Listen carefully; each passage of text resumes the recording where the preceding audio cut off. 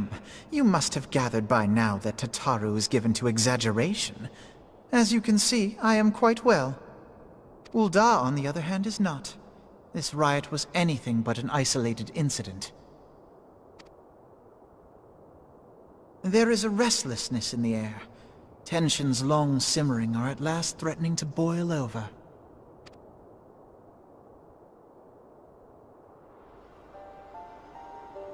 Ul'dah is a nation infamous for the great disparity between the wealthy and the poor.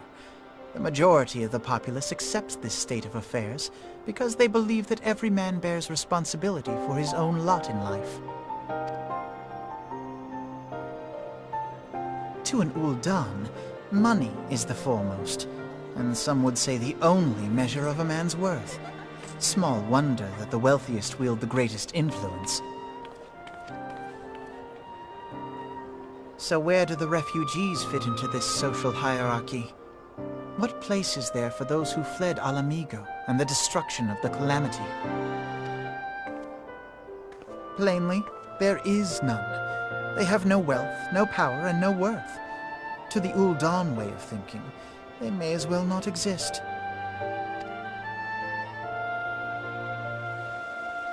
Choosing to ignore their existence, however, is patently not an option.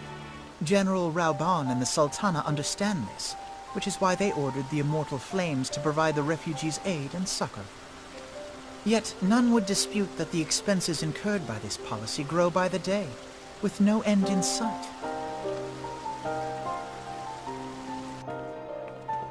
This has prompted more and more Ul'dans to question their obligation to aid these worthless wanderers, while more and more refugees have come to resent their treatment at the hands of the sneering citizenry.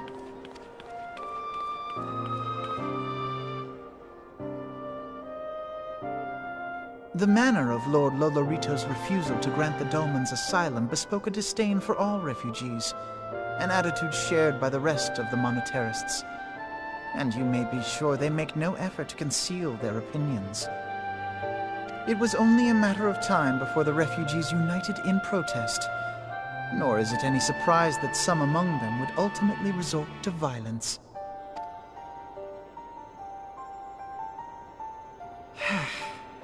That the Immortal Flames should choose this of all occasions to engage in joint training exercises with the other Grand Companies. By the time they return, the situation may well have deteriorated beyond mending.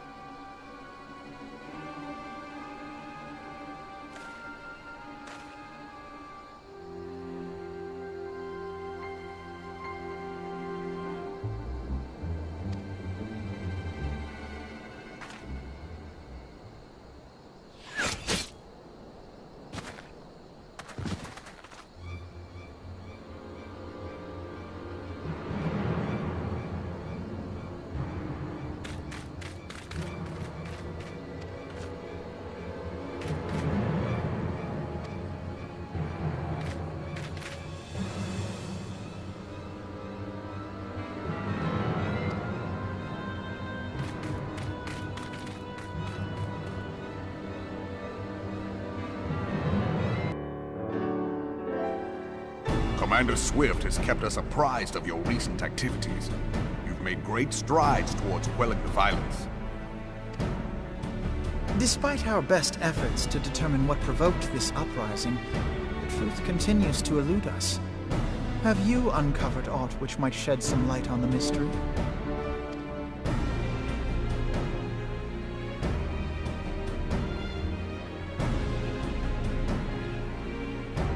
This information does not leave this room. The Syndicate's decision to reject the Doman refugees' appeal for asylum had lasting repercussions. A number of those displaced by the calamity claimed it was proof of a policy of discrimination. Together with a group of Alamegan refugees, they organized a series of demonstrations to protest against the Sultanate. Demonstrations which became heated, but did not descend into violence. Until a certain incident served as a call to arms. A unit of brass blades sent to supervise a demonstration loosed arrows upon unarmed protesters. It was this atrocity which prompted the refugees to take up arms. I need not tell you what followed. We assumed at first that the attack was born of a miscommunication. When emotions run high, they happen. But suspicions were raised regarding the unit's commanding officer, whom I ordered interrogated. Sure enough, our fears were soon confirmed. The dog confessed that a merchant had offered him coin to give the order. A merchant in the employ of Teleji Adeleji. Teleji Adeleji? But he spoke in favor of the Doman's cause, and has ever seemed sympathetic towards the refugees' plight. Why would he do such a thing? Know you of the Cartano Reclamation Bill? It is a proposal to annex the Cartano Flats so that refugees may establish permanent settlements. When last I looked, that was disputed territory. Aye. Some might even call it a battlefield.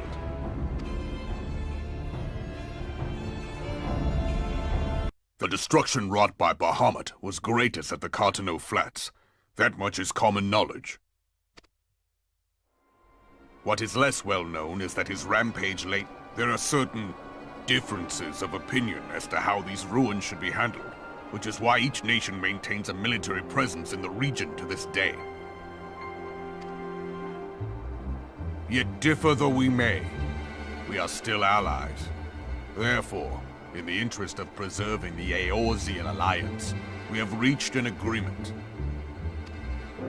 Any conflict which may arise during the course of military exercises in the region shall have no bearing on relations between our nations. In full knowledge of this delicate state of affairs, Teleji Adeleji proposed the Cartano Reclamation Bill. A shameless bloody ruse which stands to benefit him in but one conceivable way. If successful, he will gain control over the disputed territory under the guise of assisting in the resettlement effort. And you can be sure he'll build an orphanage next to every Allagan ruin.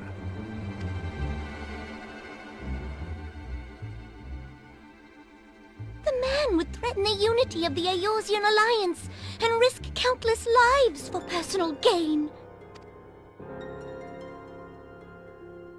He walks a path all his own, independent of any faction and beholden to none of his fellows on the Syndicate. By inciting the less fortunate to violence, he hopes to convince others that the Cartano Reclamation Bill is the only viable solution. His sympathy for the plight of the Domans was not but posturing to gain credibility with the refugees. Of that there can be no doubt. Forgive me, but what could possibly motivate Teleji Adeleji to go to such lengths? What is so special about these ruins that he would risk his position on the Syndicate, and, most likely, charges of treason against the Sultanate? Omega. Pardon?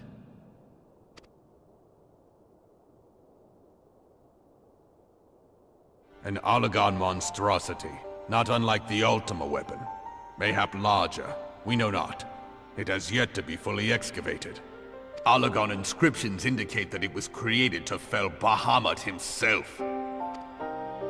If accurate, it might explain why Nail Van Darnus chose to bring the Red Moon down upon the Cotonou Flats, given the ends he went to ensure Eorzea's annihilation. Destroying the one weapon which could stay the Elder Primal may well have seemed like good sense.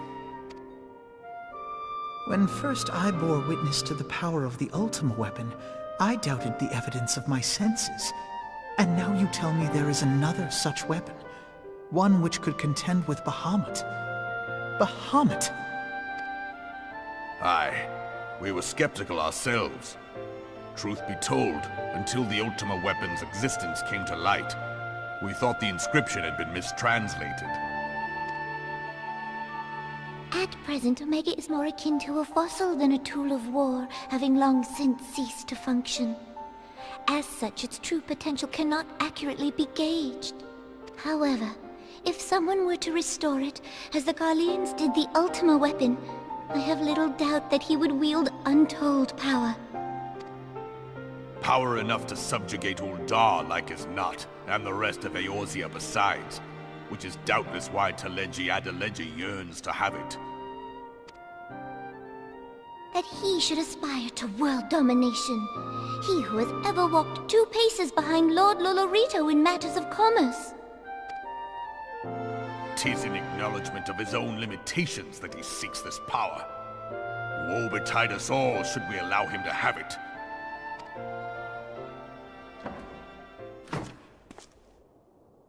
Pray waste no time chasing rats. Only a fool would believe that secrets can be kept in Uldar. It would seem the implications of the Sultanate's refugee problem are rather more far-reaching than we assumed.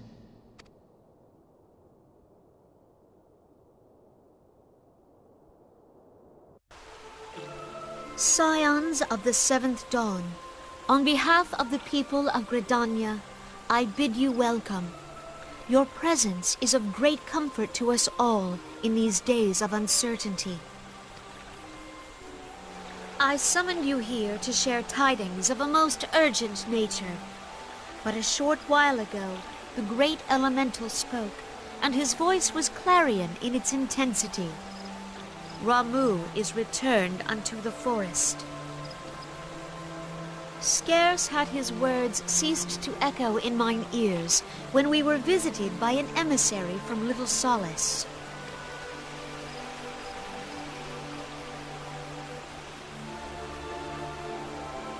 Our guest informs us that the Sylphs too have sensed the presence of the Lord of Levin. Though his exact whereabouts remain unknown, we may safely assume that the Primal was summoned within the heart of the Sylphlands. Unlike the other Primals you have encountered, Lord Ramuh is no raging avatar of destruction.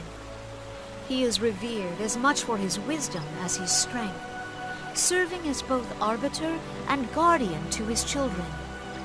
Given that we and the Sylphs found a way to share the Twelves Wood, it is my hope that this sagely immortal will be amenable to reason, and that conflict may be avoided.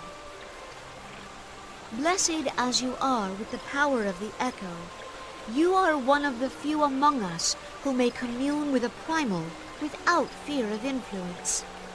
I would ask, therefore, that you represent us in this most delicate of negotiations. The Twelves Wood has suffered enough. Upon this, we and the Sylphs, and I would venture Lord Ramuh himself, are in perfect accord. Let us not endanger our shared home by engaging in unnecessary hostilities. Dear friend, I beseech you, safeguard the peace which exists between our peoples.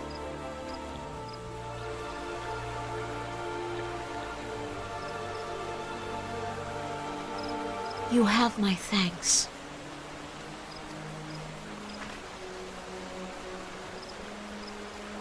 Pray make for Little Solace, then. A member of the Order of the Twin Adder awaits you there. He will advise you on how to find the Lord of Levin.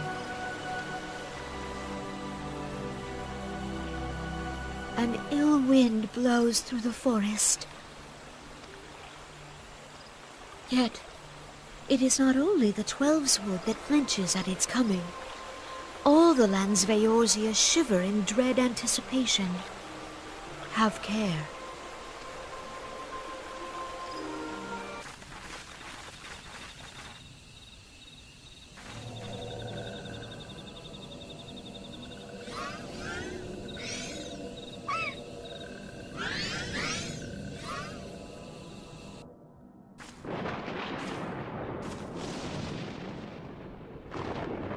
Thine order betrays thee, servant of Heidelin.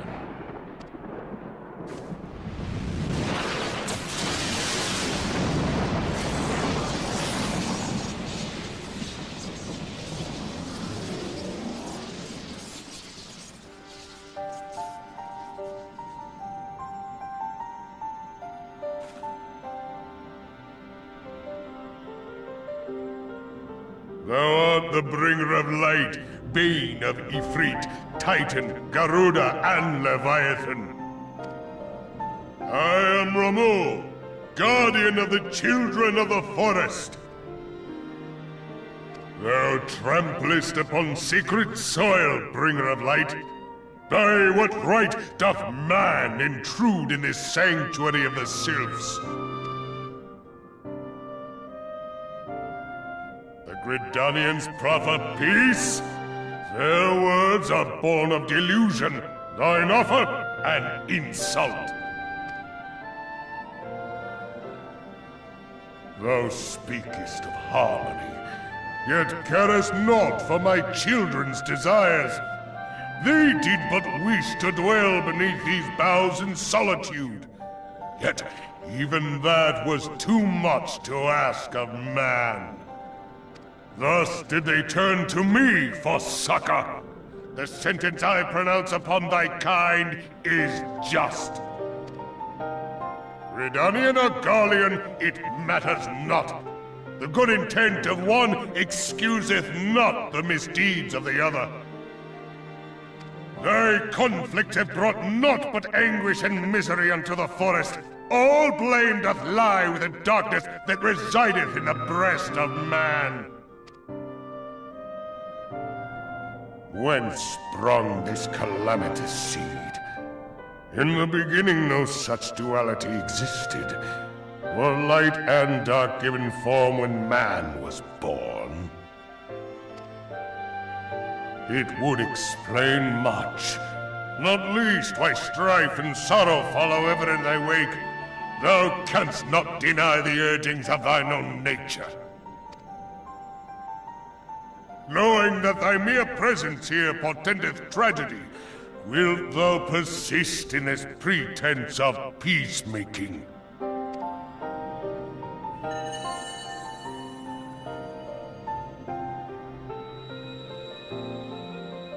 Thou bearest the crystal which I bestowed upon my wayward charges. That they should entrust so precious a gift to thee. Thou standest apart from thy kin. Thou art the bringer of light, aye. But there is something more in thee. Very well. I shall consider thy proposal. Shouldst thou survive my trial. If thou wouldst champion the cause of harmony, I must have proof that thou art fit to play the role. Wither mine ire, and prove to me thereby that thou hast strength enough to stay the darkness which threateneth to consume thee. Yet if thou shouldst be found wanting, know that all men shall perish in the storm of my judgment.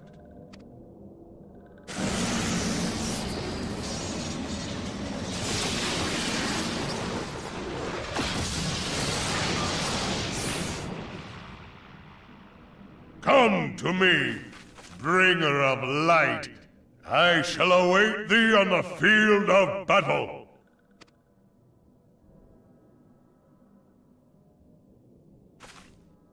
Eorzea, it is rare indeed to find you so far from a tome.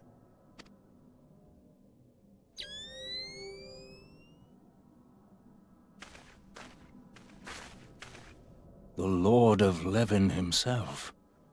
Never till this day had I looked upon his visage, save in painted renderings made faint by time. Ever shall this scene remain etched in my mind's eye. Beg pardon, my lady.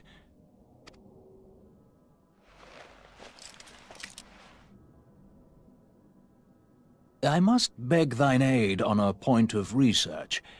If thou art resolved to face Lord Ramuh, I would ask thy leave to observe the event.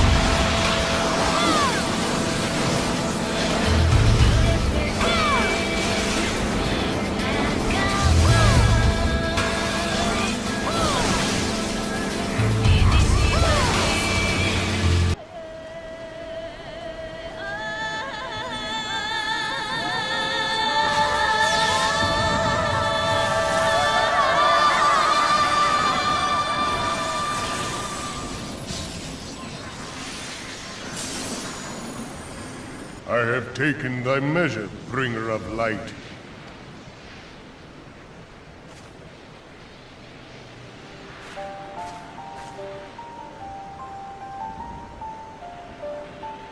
And I judge thee a worthy champion. The task of excising the sin that hath taken root in man's heart is thine.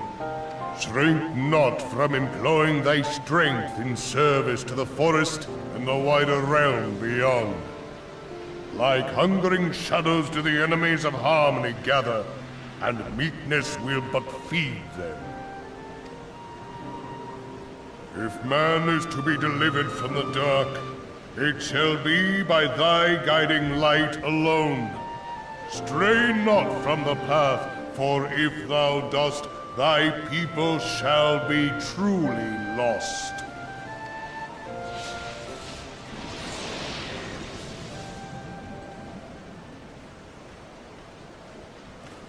Thou hast slain the Lord of Levin.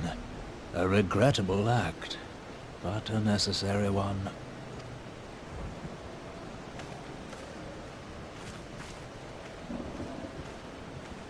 In witnessing thy struggle, a truth hath been revealed unto me. If I mistake not, it may yet prove a chink in the eternal armor of the Scions. But let us conclude our present business. I shall expound upon my findings at the Rising Stones anon.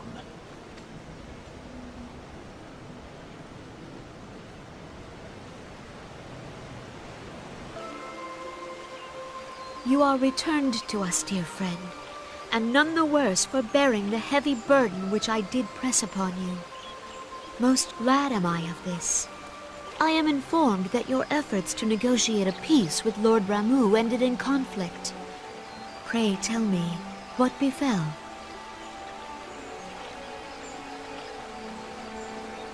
Ramuh made trial of you? I fear there is truth to his claim. It is the darkness within us that attracts the darkness without.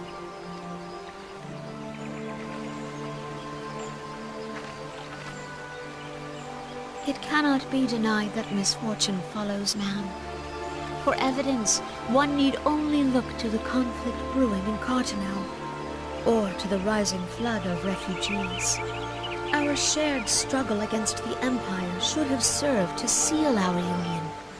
Yet the ties which bind the Alliance strain under the weight of gross self-interest. As the scars of the calamity begin to fade, so too does our sense of common purpose. Yet now is scarce the time to forget our shared responsibility. If this new-sprung realm is to survive beyond its infancy, it must needs be nurtured by all. Eorzea must be as one. Yet I fear that dream is still far off.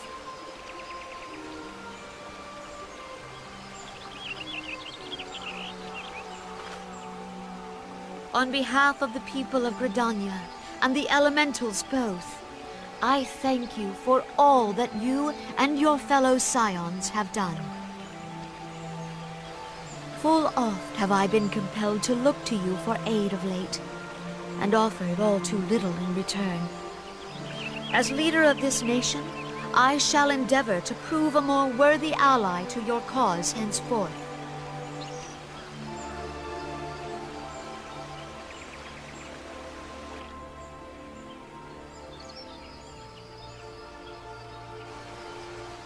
Lord Ramuh has departed, yet the keening of this ill wind grows no less insistent.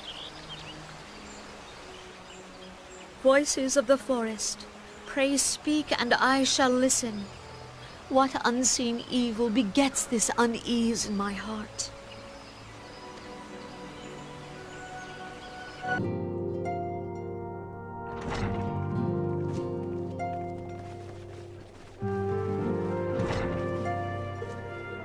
If everyone is ready, let us begin. Eorzea, the floor is yours.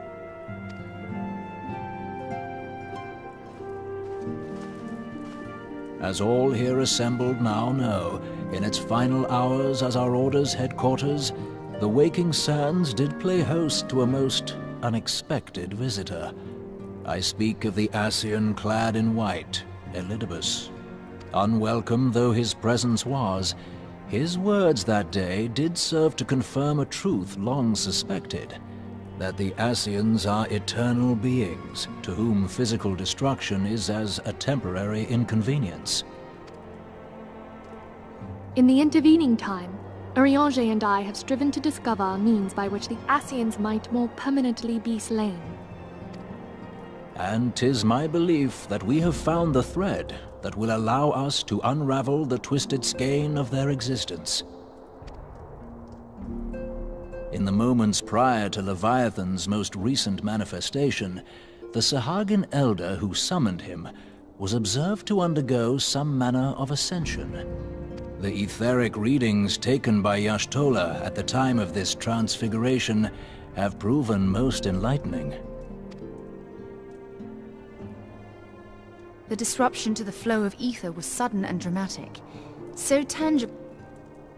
The significance of Y'shtola's readings might better be understood in the context of mine own, taken at the instant of the Lord of Levin's demise. Unlike the Primal, the Sahagin was not subject to etheric dissipation. Before discussing our new discoveries, it may benefit us all to recall what we know of etheric behavior.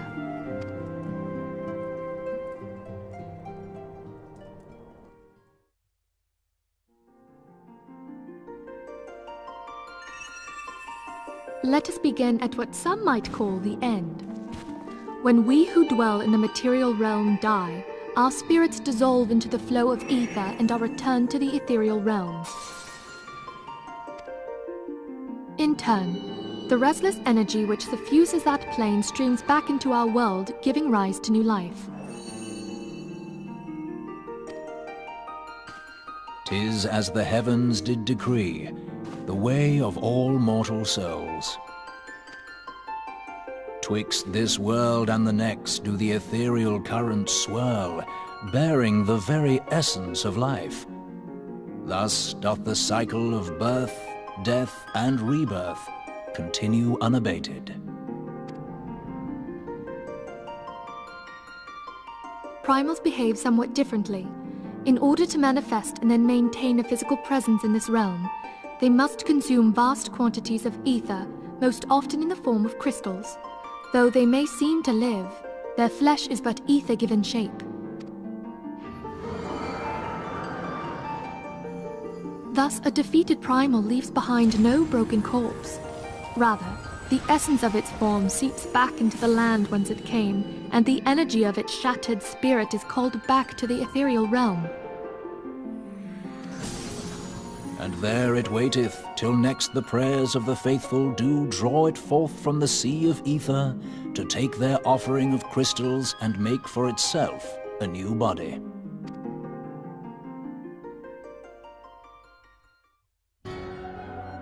Which brings us on to the third group, the so-called immortals. They exist in a manner all their own. Quite. Even as the Sahagin elder fell to the Admiral's musket shot, I witnessed the release of an ethereal cloud, which immediately took possession of a nearby minion. A soul that dissipateth not upon the death of the flesh. The secret of life everlasting, and in the claws of a Sahagin no less. But I wonder, what would happen to one of these obstinate spirits, should there be no suitable host for it to claim? If mortal death entails a return to the ethereal realm, it seems doubtful that the soul of an immortal would venture there.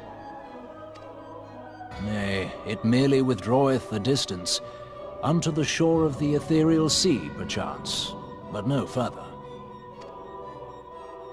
Yes, it exists in neither this realm nor the next, abiding instead in the space that lies between them.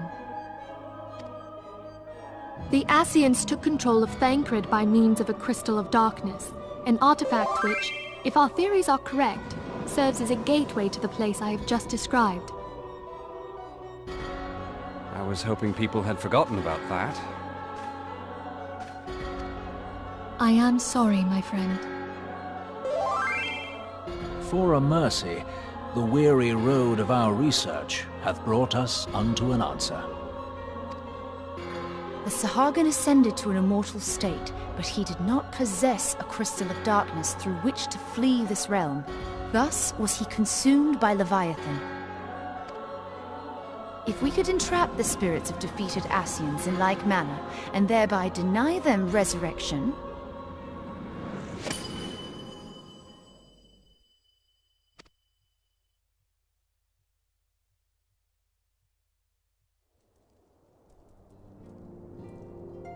Therein lieth the path to victory. Thou art most perceptive, my lady.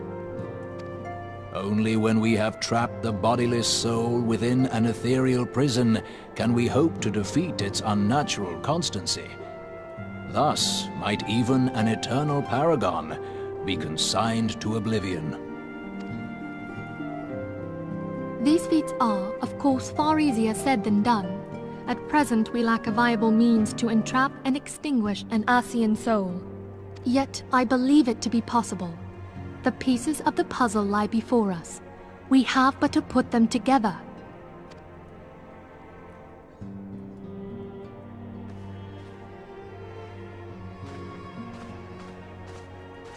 I will depart at once to convene with the sages of Sharlayan. Together shall we divine the steps by which our goals may be achieved. I have the utmost faith in you, Archon.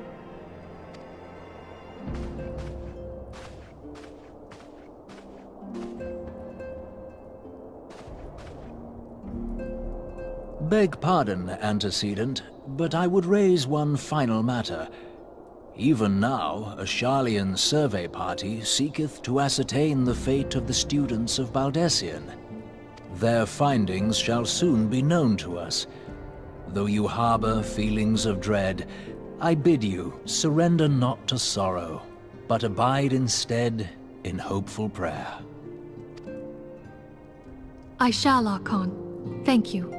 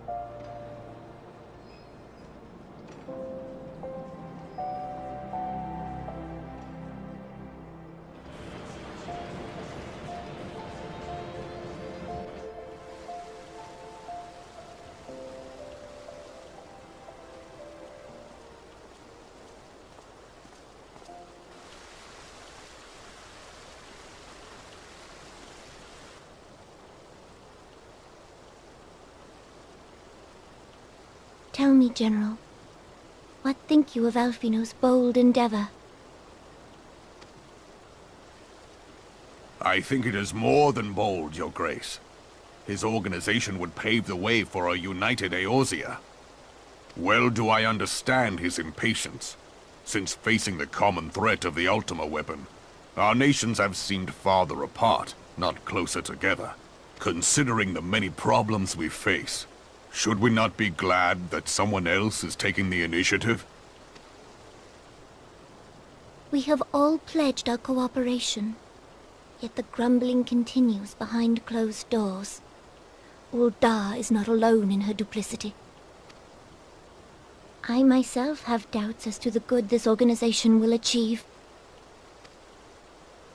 With the inclusion of the finest soldiers of the 3 grand companies, it promises to be a fearsome military body. But whom will it serve? Even under the watchful gaze of the Scions, it is not unthinkable that such a force could perpetrate a great wrong. Does it not concern you that a significant proportion of its financial backing came from the coffers of the Syndicate? That those unprincipled worms might forge this extraordinary gathering of warriors into a private army? I have trust in the Scions, Your Grace. They have spared us no end of trouble at the hands of the Primals. If they seek reinforcements, I deem it unwise to deny them. As for their finances, full many gave generously. And though our nobles proffered a sizable sum, their coin did not spill from the pockets of Lolorito and his cronies. And what of the presence of our stalwart adventurer friend in this endeavor? I doubt the Warrior of Light would betray our cause.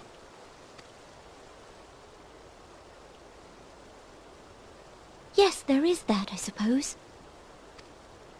Yet I have known people to change. Whether we will or no, the events of the age hurl us this way and that, like a dust devil skipping across the sands.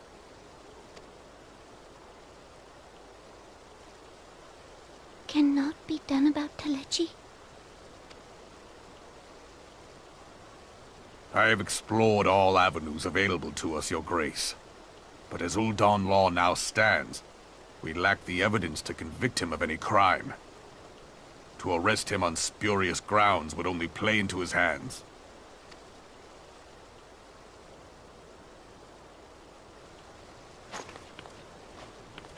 He has all but committed treason, and yet we can do nothing?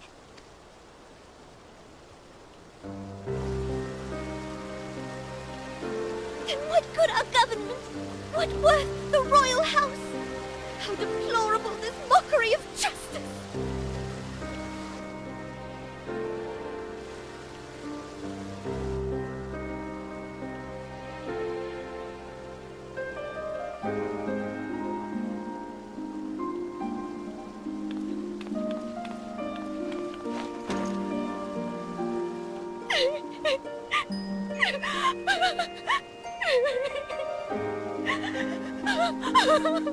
Have faith, Your Grace. It is not over.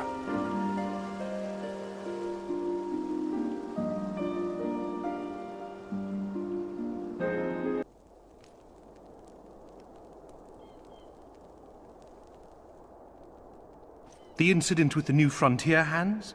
No, you need not elaborate. I have been following their progress with no small amount of interest. Brave men and women all. They do our nation a great service. The existence of a fortified outpost in Mordona will do much to dissuade the Empire from trespassing on Kurthus soil. Right glad am I that you have chosen to lend your support to this endeavor. Never let it be said that House Fortom does not acknowledge the efforts of her allies, or her debts. 'Twas in the spirit of gratitude that I arranged for sundry supplies to be delivered to Revenant's Toll. That the shipment should chance to be waylaid by heretics is poor fortune indeed. Poor fortune, I say, yet not without precedent. If you would know the truth of it, these incorrigible villains grow more organized with each passing day. This new unity of purpose we attribute to their leader, the Lady Iceheart.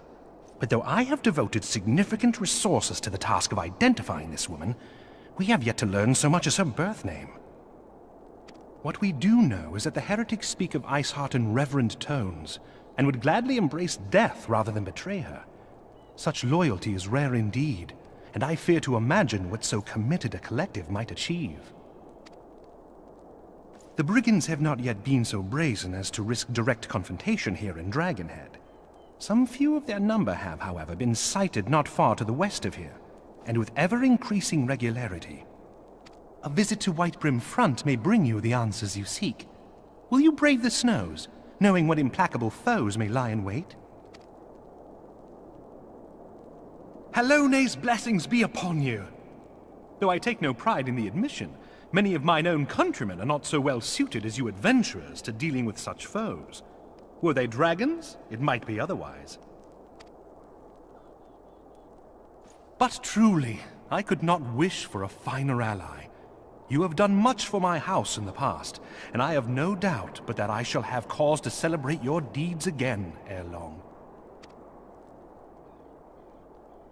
Should you learn aught of value, pray return to me forthwith. A warm hearth and a warmer welcome shall be waiting for you.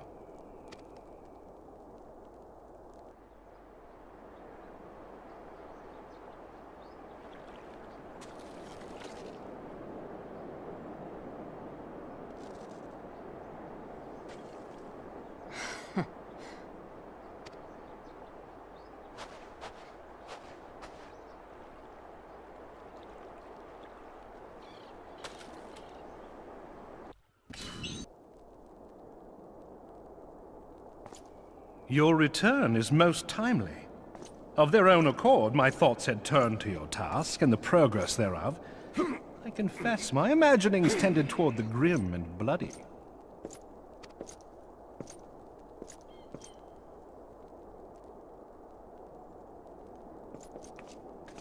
But you are here now, and I suspect such frivolous wonderings do little justice to the reality of your travails. Tell me, what did you learn of Iceheart?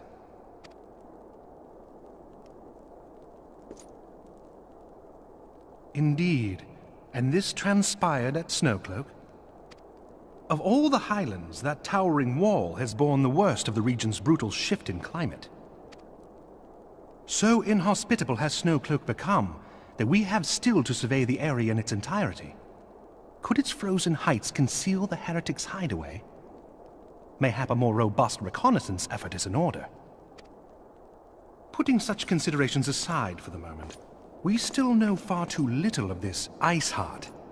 That she is capable of commanding such a band of fanatics bespeaks natural authority, and no small measure of charisma.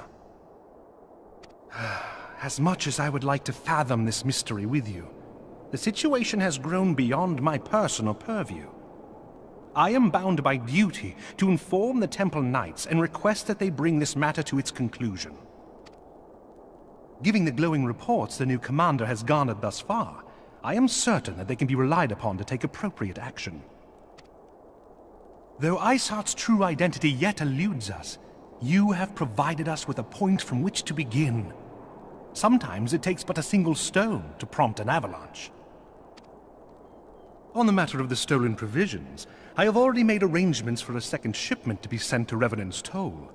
I could not well allow such an honorable venture to be undermined by one miserable setback.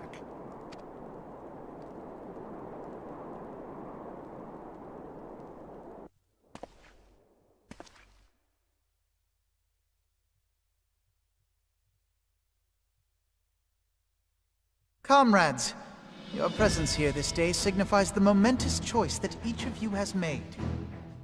With your strength now pledged to the Scions of the Seventh Dawn, you are beholden to no single nation. You stand as the vanguard for a united Eorzea.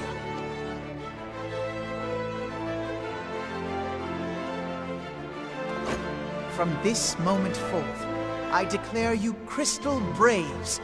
Let us mend this fractured realm and face our enemies as one.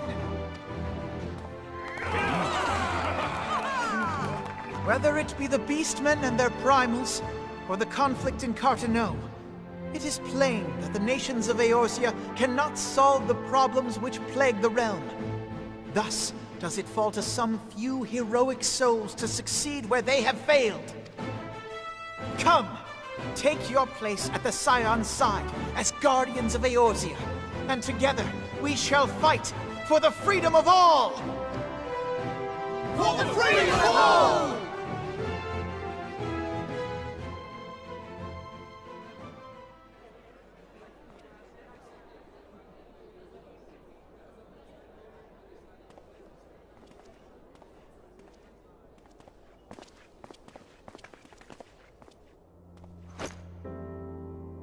A rousing speech, Alphino.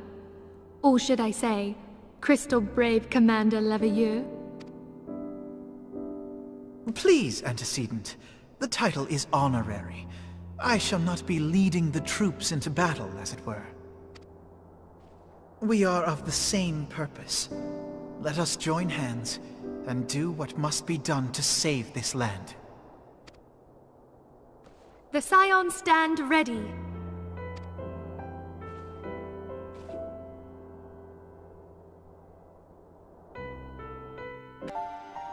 I'm eager to see what the Crystal Braves might accomplish.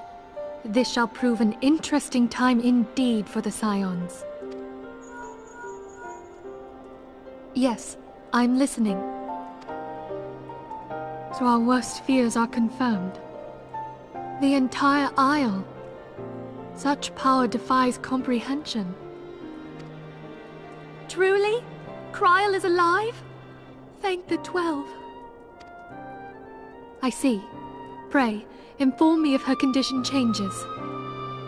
Yes, I shall pass on your words to Eorzea. My thanks. I shall contact you anon. When I learned of the loss of the Isle of Val, I dared not hope that my friend had survived. Yet, by some miracle, it would seem she has. She's still to regain consciousness, it is true, but better that than death. Putting this happy news to one side, we must now endeavor to make sense of the readings taken by the survey party. It appears the etheric disturbance which accompanied the Isle's destruction is of a magnitude alarmingly close to that of Ultima. Could the Scions be responsible for this devastation as well? I wonder, have you heard aught from the Mother Crystal since the battle with the Garleans? Then she speaks to neither one of us. Heidel's silence portends naught but ill, I fear. Louisoix, I pray you yet watch over us.